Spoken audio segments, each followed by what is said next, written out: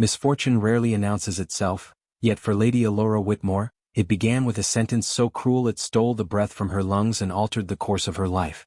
It came not from an enemy nor a jealous rival, but from a physician whose solemn expression suggested he had delivered countless tragedies and forgotten them all the same. Asterisk, my lady, you may never bear a child. Asterisk, that single pronouncement, delivered in a dim consultation room smelling faintly of tinctures, became the quiet execution of her reputation. In the rigid world of early 19th century England, where lineage determined one's worth far more than virtue ever could, Alora realized she had stepped into a battlefield she could never win. The news spread faster than any scandal she had ever witnessed. Aristocratic corridors, gilded and polished for appearances, hid serpents behind every velvet curtain. Women who once complimented her gowns now whispered behind fluttering fans, and men who once sought her attention now dismissed her with a nod too curt to be respectful. She endured these indignities with a composure bred into her since childhood, but even the most disciplined heart has limits. Each whisper carved another line into her composure, turning her into a portrait of poise barely masking devastation. By winter, her family insisted she attend the annual royal ball at Buckingham Palace, claiming absence would only worsen the gossip. She agreed, though she felt as though she were being offered to a gallery of judges. Invitations had always carried meaning, but this one felt like a summons to her own trial. When she arrived, chandeliers gleamed overhead, musicians tuned their violins, and every inch of the palace radiated cold magnificence. Yet no amount of grandeur could soften the sting of the murmurs rising as she entered. Alora felt the weight of every gaze, particularly those who pitied her more than they scorned her. Pity had always wounded her deepest. It implied helplessness, frailty, or worse, defect. She held her chin high, though her pulse trembled beneath her skin. She moved with deliberate grace, determined to prove that no cruel sentence could diminish her dignity. Still, the air thickened with insinuations. Asterisk, such a shame, the Whitmore girl. Asterisk, asterisk, a marriage without an heir is hardly a marriage. Asterisk, asterisk, perhaps she will retire to the country, quietly. Asterisk. Her composure cracked when she overheard a particularly sharp remark from a dowager countess known for her merciless tongue. Poor child, the woman said loud enough for half the ballroom to hear. A rose without seeds is merely decoration. A ripple of harsh amusement followed. Alora's breath hitched, and for a heartbeat she considered fleeing the palace entirely. But before she could retreat, she felt a presence beside her, steady, composed, and unexpectedly warm. The newly appointed Duke of Ravenshire stood there, watching her with a gaze that did not flinch or waver. He had been widowed the year before, and much of England still speculated about him. A man sculpted by duty, sorrow, and an honor that bordered on legendary. His arrival in society had been measured and cautious, and he rarely gave anyone more than polite courtesy. Yet now, his eyes held a quiet understanding that startled her. "Lady Alora," he said softly, but with a conviction that steadied her pulse, "the cruel tongues of society do not define you."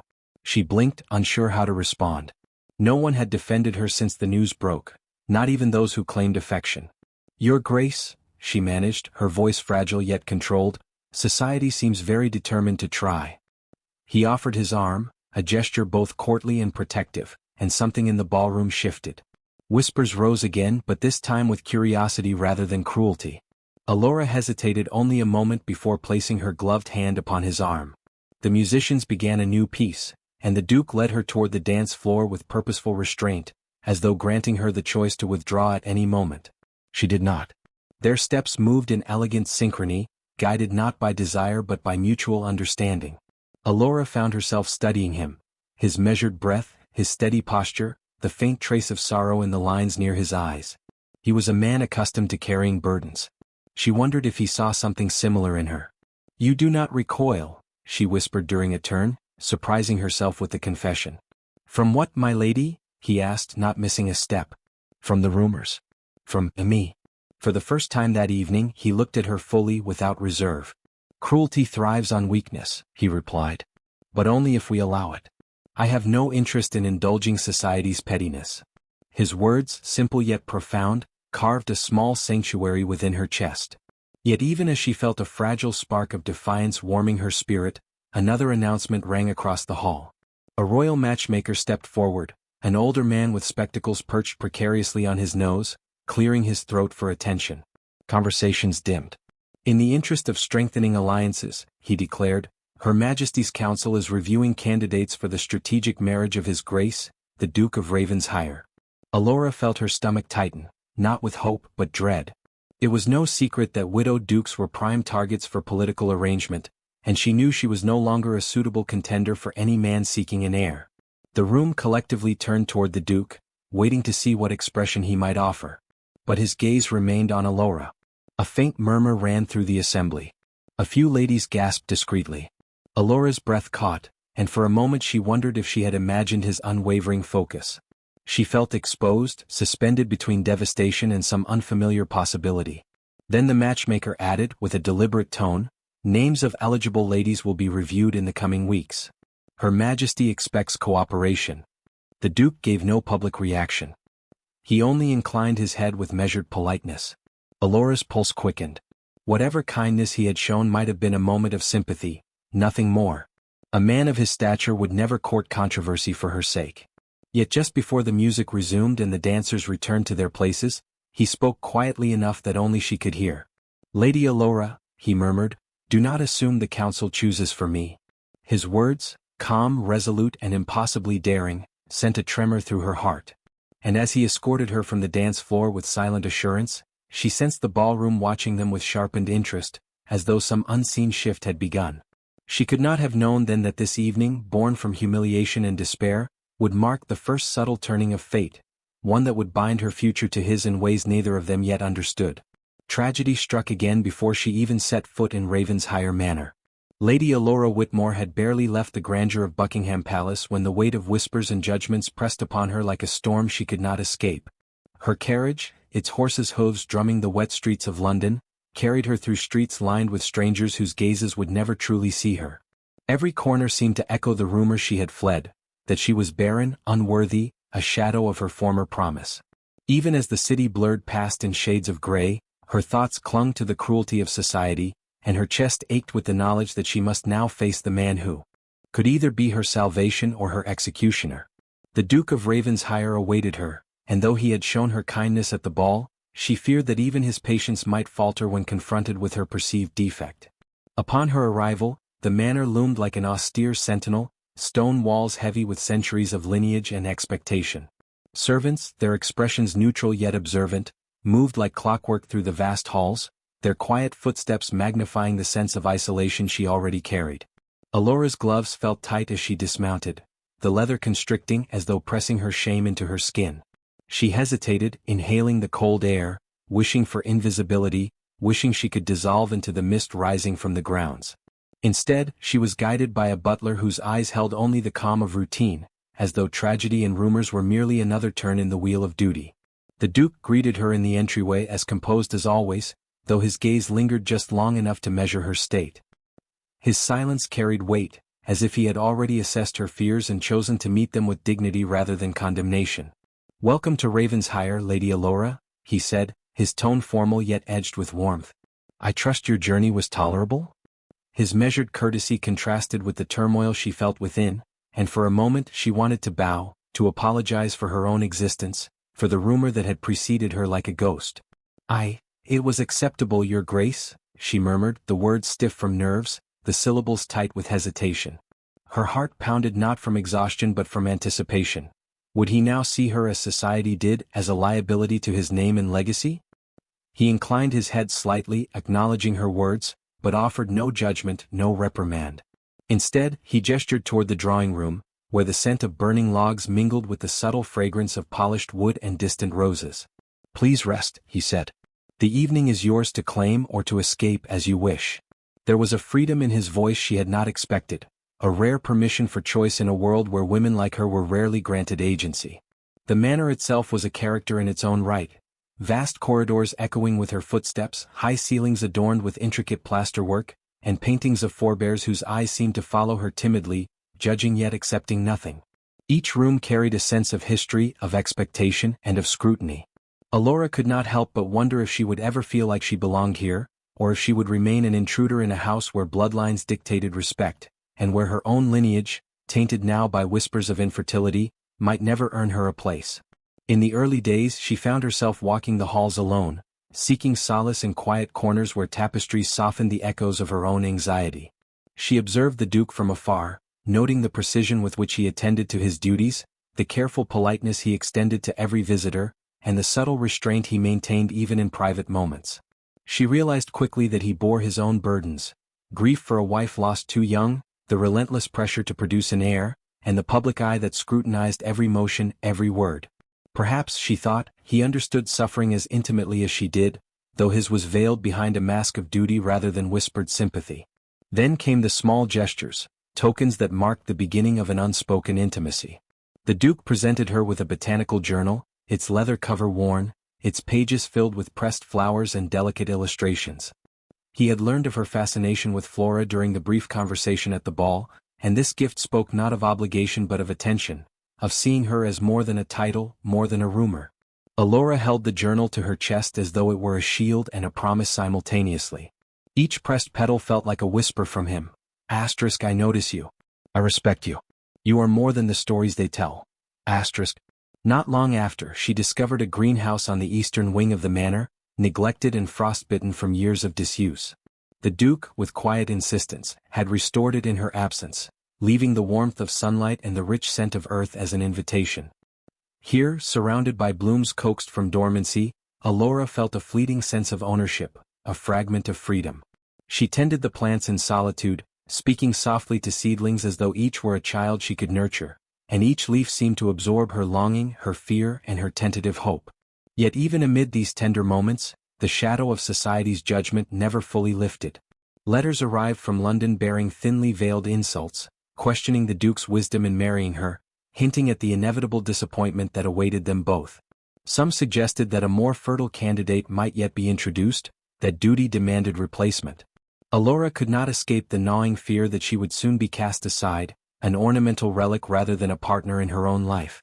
And so she carried herself with a careful balance, composed in public, vulnerable in private, each day a delicate negotiation between the world's cruelty and her own fragile dignity. One evening, as snow dusted the manor's grounds with ethereal white, the Duke summoned her to the drawing room. The air crackled not with fire, but with unspoken tension. He spoke of the letters, the insinuations, and the weight of expectation, yet his voice remained steady, unwavering. Lady Alora, he said, you are not defined by what others presume you cannot accomplish.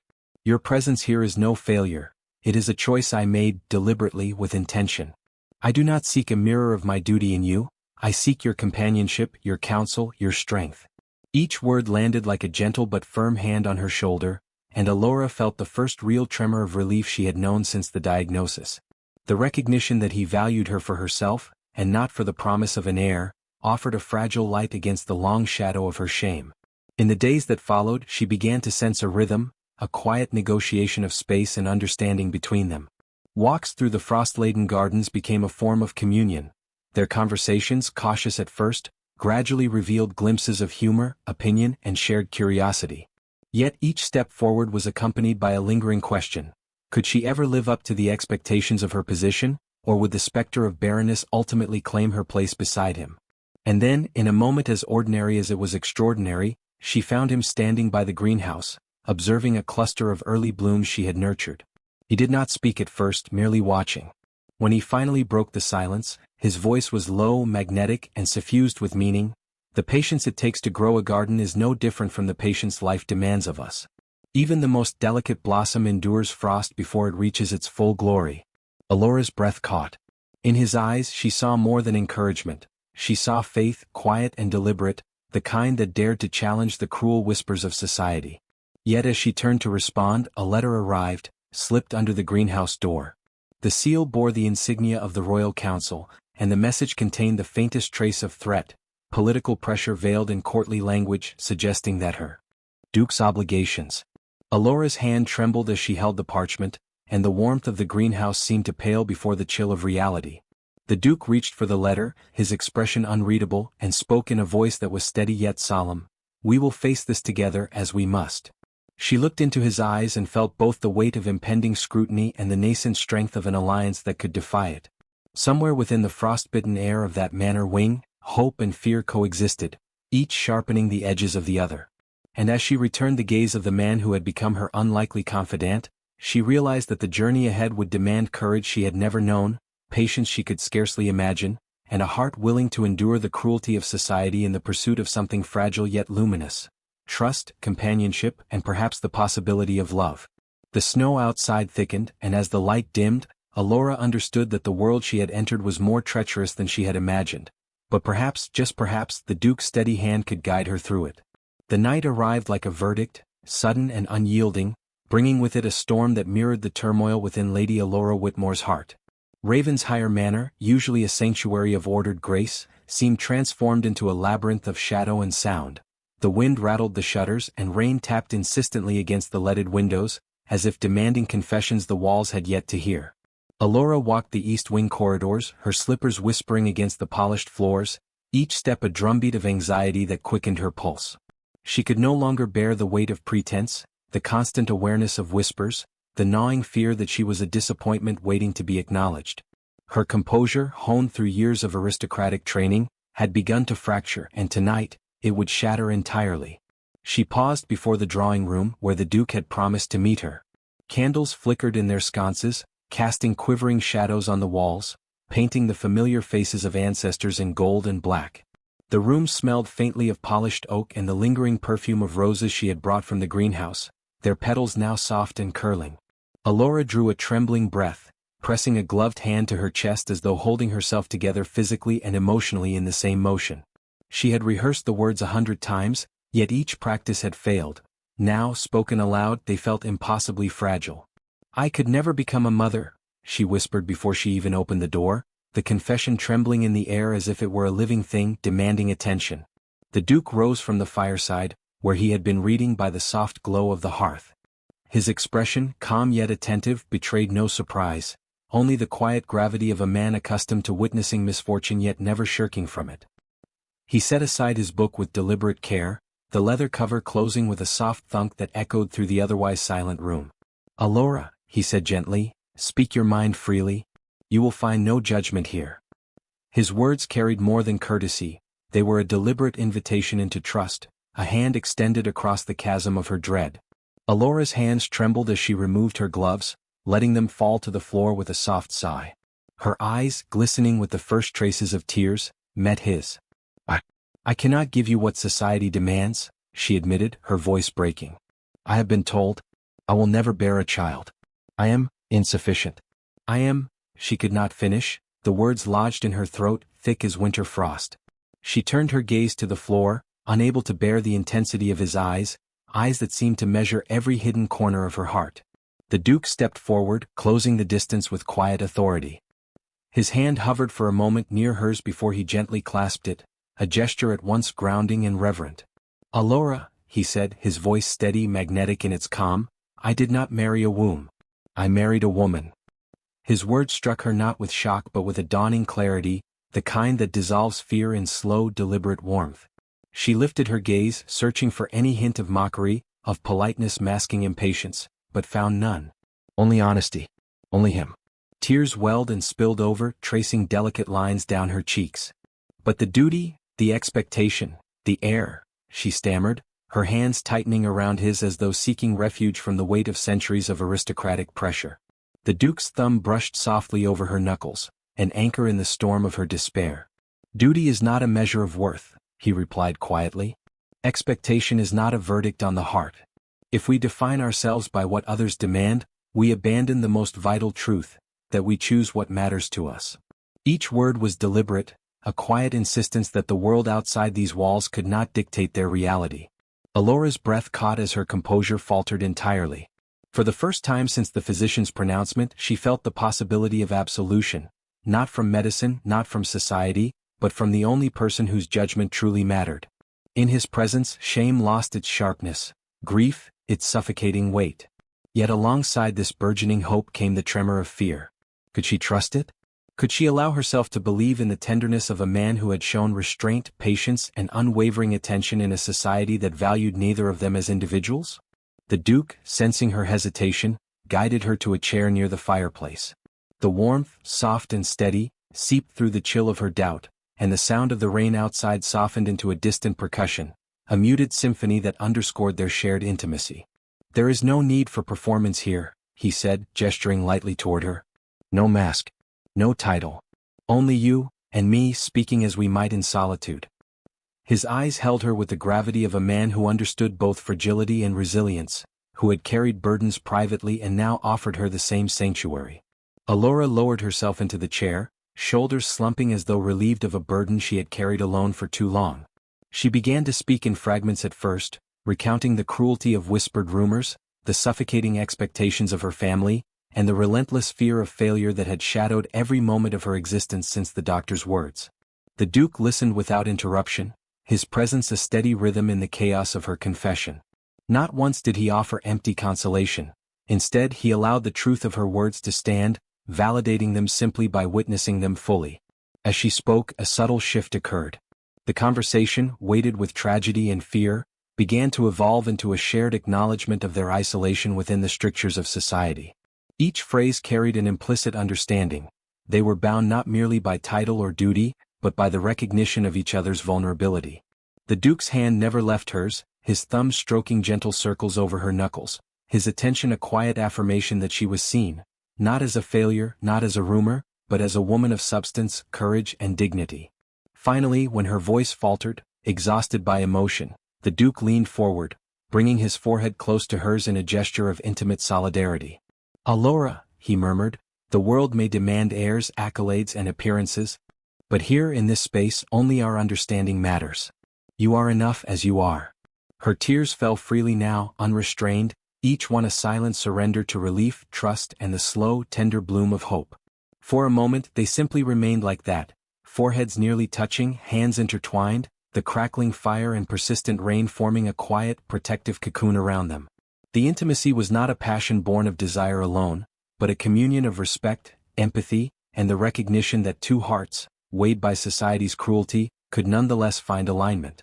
In this fragile equilibrium, the world outside seemed distant, inconsequential, incapable of touching the nascent trust that had begun to root itself between them. Yet even in this sanctuary, uncertainty lingered. The looming pressures of aristocracy and expectation had not vanished, only receded momentarily, and Alora felt their presence as an echo, faint but persistent, in the recesses of her mind. Could such trust survive the scrutiny of society? Could the delicate bond they had nurtured withstand gossip, politics, and the inexorable march of duty? The question hung unspoken, a tension that both terrified and exhilarated her. The night deepened, and with it the intimacy of their shared space. The Duke finally rose, standing but remaining close enough to offer continued reassurance. "We will face whatever comes together," he said simply, and the certainty of the declaration lent her courage she had believed lost. His words, deliberate and unembellished, carried the weight of commitment, yet allowed room for tenderness, for uncertainty, for the slow unfolding of mutual understanding that defined genuine connection. In them, Alora sensed not only protection but possibility. As she rose to depart, preparing to retire for the evening, the storm outside began to abate, leaving only a soft drizzle that pattered rhythmically against the windows. The world outside remained unchanged, indifferent to their private sanctuary, yet within the drawing room the air had shifted irrevocably. Alora realized that the confession she had feared would shatter everything had instead begun to construct something vital: trust, recognition, and the tentative promise of companionship. And yet, as she turned to leave, a quiet sound at the door startled her, a faint, deliberate shuffle, and a letter slipped through the gap beneath the frame, bearing the royal seal. The Duke's gaze followed her as she picked it up, his expression unreadable, but the weight of the envelope suggested a new challenge, one that would test the fragile bond they had begun to cultivate. Alora held the letter in trembling hands, the warmth of the room now mingling with the cold certainty that their trials were far from over. The night had revealed a possibility she had never imagined, yet it had also reminded her that the world outside Ravenshire Manor would not wait for hearts to align. Her breath caught as she looked back at him, eyes wide, the unspoken question hanging in the space between them: could their trust endure the storm that had only just begun? The summons arrived like a cannon blast, sudden and uncompromising, shattering the fragile calm that had begun to settle over Ravenshire Manor. A letter, carried with formal gravity by a courier in the grey dawn, bore the unmistakable seal of the Royal Council.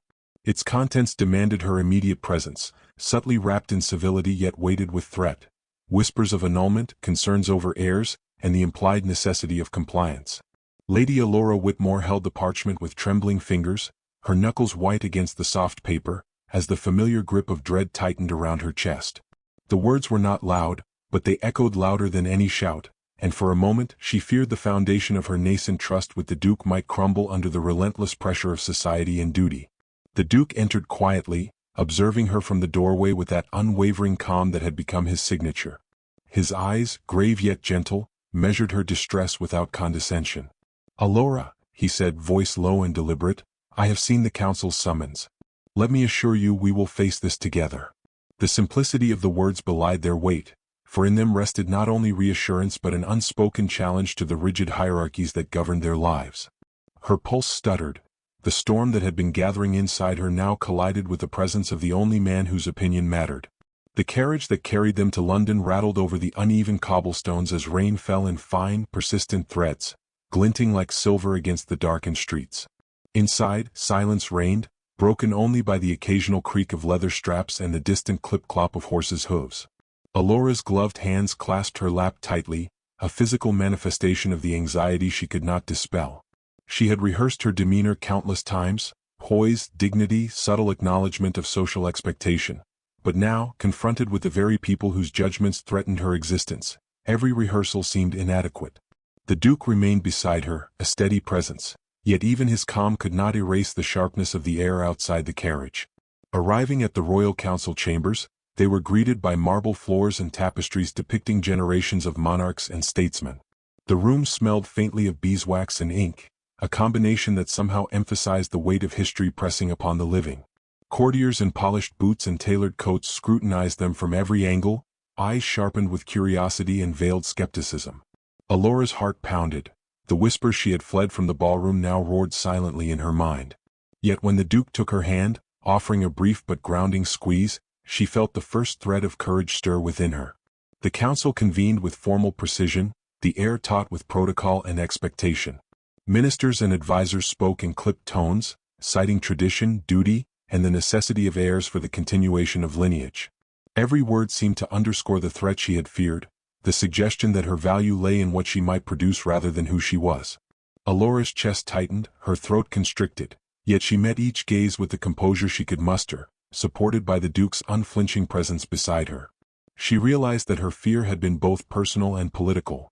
Her existence, her worth, was a battleground upon which others were eager to wage silent war. Finally, when the murmuring subsided, the Duke rose to address the assembly. The room fell silent, the weight of his reputation and authority demanding attention. His voice, low yet resonant, carried the calm certainty of a man unafraid of judgment. "I am aware of the council's concerns," he began, pausing deliberately, eyes sweeping the chamber until they rested upon Alora. "But I will not allow the value of my duchess to be measured solely by what society deems necessary. Lady Alora Whitmore is not an instrument of duty. She is my partner, my confidant, and the woman whom I have chosen, deliberately and without reservation." The room seemed to inhale collectively. A tension so thick it could be sliced with a knife filled the space, as if the very walls were bracing for a verdict. A low murmur rippled through the courtiers, some shocked, others scandalized by the audacity of his declaration. The Duke did not flinch. He took a step closer to Alora, holding her hand gently but firmly, as though to physically anchor the truth of his words. "If society demands heirs above all else," he continued, voice unwavering, "then it has yet to recognize the true measure of honor, loyalty, and courage. I will not exchange the woman I respect and cherish for the promise of convenience or the illusion of duty. Ravenshire belongs to us both, and our decisions will be made together, not dictated by whispers." Each sentence struck like a bell of defiance, resonating through the chamber with clarity and force. Alora felt a tremor of disbelief mingle with awe. She had known the Duke was honorable, compassionate even, but to witness him challenge centuries of expectation so publicly and without hesitation filled her with both pride and fear. Pride that she was seen and valued beyond the narrow definitions imposed by aristocracy. Fear that society's scrutiny, relentless and merciless, might escalate beyond what even his protection could mitigate. She met his gaze, and in that instant, no words were necessary. The understanding passed silently between them. Their alliance was now both personal and defiant, bound by choice rather than circumstance. The council, unaccustomed to such open dissent, hesitated. A minister cleared his throat, attempting to remind the Duke of precedent and protocol, but the Duke's presence silenced him. "Precedent is a guide, not a master," he replied quietly but firmly. "And no guide has the right to dictate the worth of another human being." The assembly, caught between astonishment and the subtle awe inspired by his conviction, slowly recognized the impossibility of moving against him without igniting scandal. Alora felt a lightness she had not known in weeks. The threat that had seemed inescapable had been met with courage that exceeded even her hope.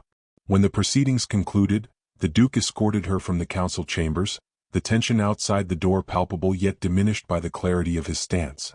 The streets of London seemed to breathe differently, though the rain continued its soft, insistent percussion. Alora's hand rested lightly in his, the warmth a tangible reminder that trust, once earned, could withstand both scrutiny and fear. The realization settled over her with gentle insistence. She was no longer merely a participant in society's expectations, but a partner in a deliberate defiance of them, standing beside a man whose integrity and attention gave her permission to reclaim her own. Back at Ravenshire Manor, the storm that had threatened to isolate and terrify her seemed to recede, though the wind still rattled the shutters and reminded her of the fragility of human certainty. The Duke led her to the greenhouse, now a sanctuary of light and life, and gestured toward the blooms that had survived winter frost. "Even in harshest conditions," he said softly, "beauty can endure.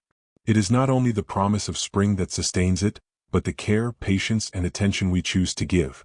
Alora knelt by a cluster of early blooms, brushing her fingers over petals dampened with condensation, and felt the truth of his metaphor resonate. Their connection, delicate yet deliberate, required care and courage alike. The evening deepened, candles flickering as though mirroring the soft glow of hope that had begun to illuminate her heart. Alora allowed herself a brief exhalation of relief, knowing that while challenges remained, the Duke's words and actions had created a foundation upon which trust, affection, and perhaps love could grow. And yet, the envelope from the Royal Council, carried in her mind and still weighted with implication, reminded her that certainty was a temporary gift, and vigilance would remain necessary. Even as warmth and tentative optimism filled the room, the shadow of duty, expectation, and public scrutiny lingered at the edges. Alora stood, brushing her hands lightly against her gown, and looked up at the Duke. His eyes, steady and unwavering, met hers with a depth that conveyed both patience and anticipation. "Whatever comes next," he said, voice low and deliberate, "we face together. The world may attempt to define us, but we define ourselves first." She nodded, absorbing the gravity and promise in his words, recognizing that the path forward would demand courage, resilience, and the willingness to trust not only him but also herself. Their alliance, now tempered by public confrontation, had taken a crucial step toward permanence. Yet as they lingered in the quiet glow of the greenhouse, a subtle sound broke the reverie, the soft creak of a door, faint footsteps in the hall beyond, and the whisper of paper sliding beneath it. Alora's hand froze over a bloom, and the Duke's gaze sharpened ever so slightly. The letter, sealed, precise, and deliberate, bore the unmistakable insignia of the Royal Council once more. Its presence was a reminder that while they had claimed a small victory, the greater battle had only begun. The night, still rich with warmth and possibility, now carried the pulse of new uncertainty, binding them together not only in trust but in the silent acknowledgement that trials awaited beyond the sanctuary of these walls. The revelation came like thunder, sudden and undeniable, shaking the foundation of all that Lady Alora Whitmore had believed about herself. A letter, delivered with urgent discretion, carried the news that had been whispered as impossible. She was with child. Her hands shook as she held the parchment, fingers trembling not from fear, but from a tumultuous mixture of disbelief, relief, and joy so profound it threatened to undo her carefully maintained composure. For years, the cruel certainty of barrenness had shadowed her, shaping every expectation, every whispered remark, every cautious glance. Now, for the first time, hope had taken flesh within her, unbidden and irrevocable. She did not rush to share the news. Instead, she lingered in the quiet of the greenhouse, where the first blooms of spring had begun to assert themselves after a harsh winter. The petals glistened with condensation, fragile yet resilient, and she found in their small, unwavering defiance a mirror for her own heart. For the first time in what felt like eternity, Alora allowed herself to imagine the impossible. Life beyond whispers, beyond judgment, beyond the relentless shadow of expectation. She closed her eyes, pressing a gloved hand to her swelling heart, and whispered to the silence, "Is this truly possible?" The Duke of Ravenshire entered without announcement, as was his habit, and Alora turned to meet his gaze. His eyes, always so steady, reflected surprise at first, quickly melting into a warmth that made her pulse accelerate. "Alora?" His voice was calm, but under it ran a current of awe, of recognition that something extraordinary had shifted.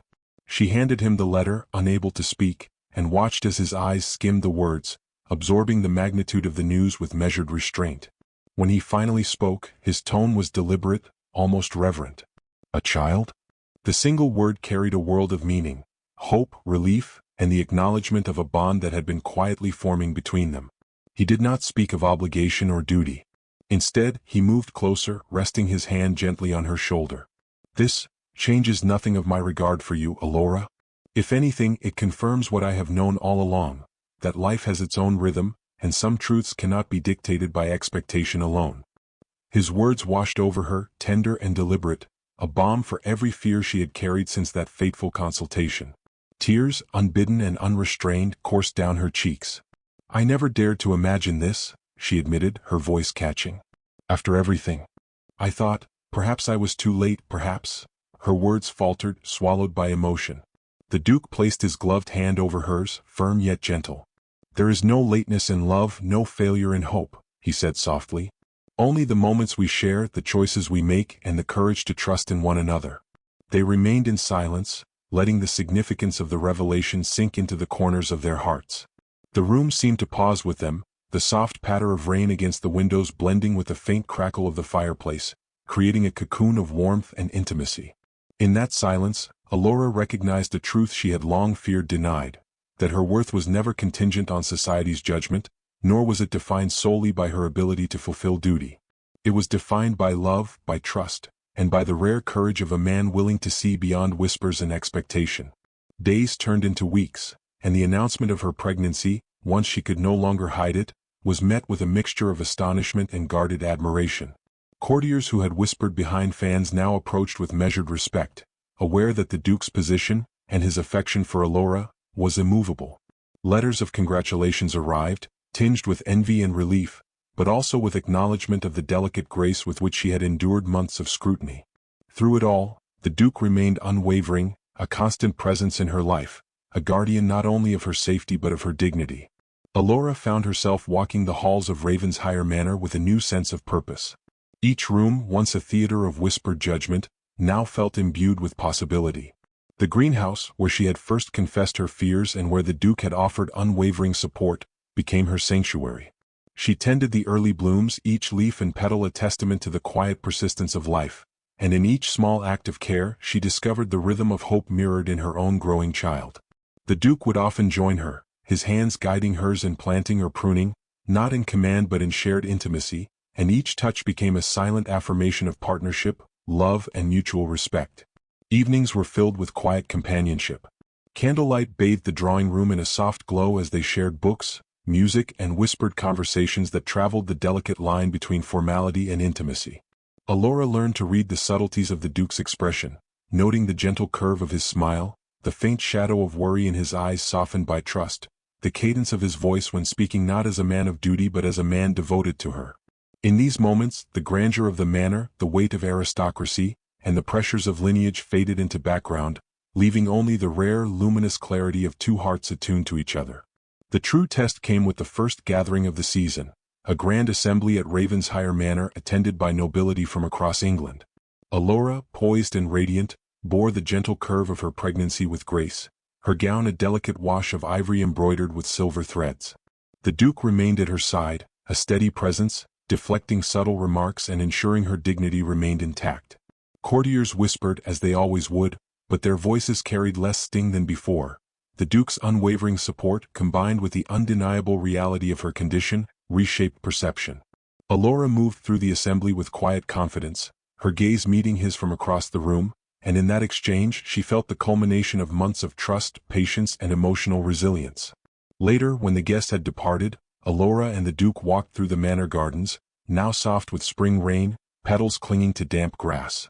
She leaned on his arm, the curve of her body a gentle reminder of life she had once thought impossible. "I never imagined," she murmured, voice low with wonder, "that any of this, could happen to me." He kissed the top of her hand as he often did, reverent and tender.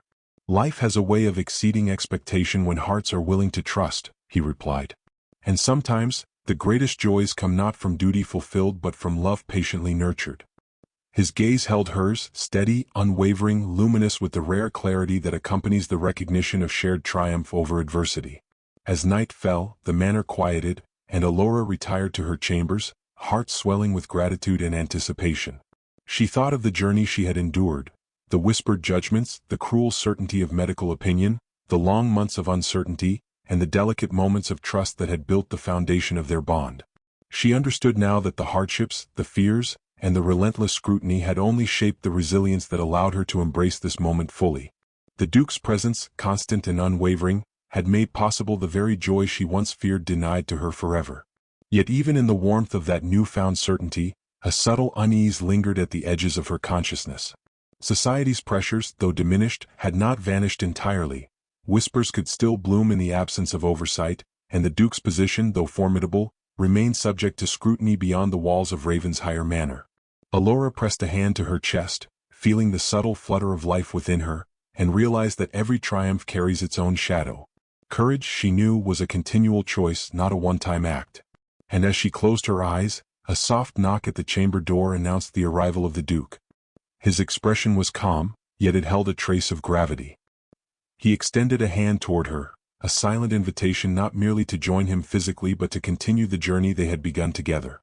In that gesture, Alora understood the truth she had been cultivating all along, that love, trust, and partnership were the true measures of life's victories, and that the world's expectations, however relentless, could not extinguish what two hearts, aligned and patient, had nurtured. With a final glance at the flickering candlelight, she rose, her pulse steady, her mind filled with wonder and anticipation. Outside, the first whispers of spring brushed against the manor grounds, carrying with them the promise of growth, renewal, and the quiet certainty that life, in its own deliberate rhythm, had delivered a miracle beyond expectation. And though the path ahead remained fraught with uncertainty, the bond she shared with the Duke, tempered by adversity, strengthened by patience, and affirmed by love, promised that whatever challenges awaited, they would meet them together with courage, dignity, and hearts unafraid of hope.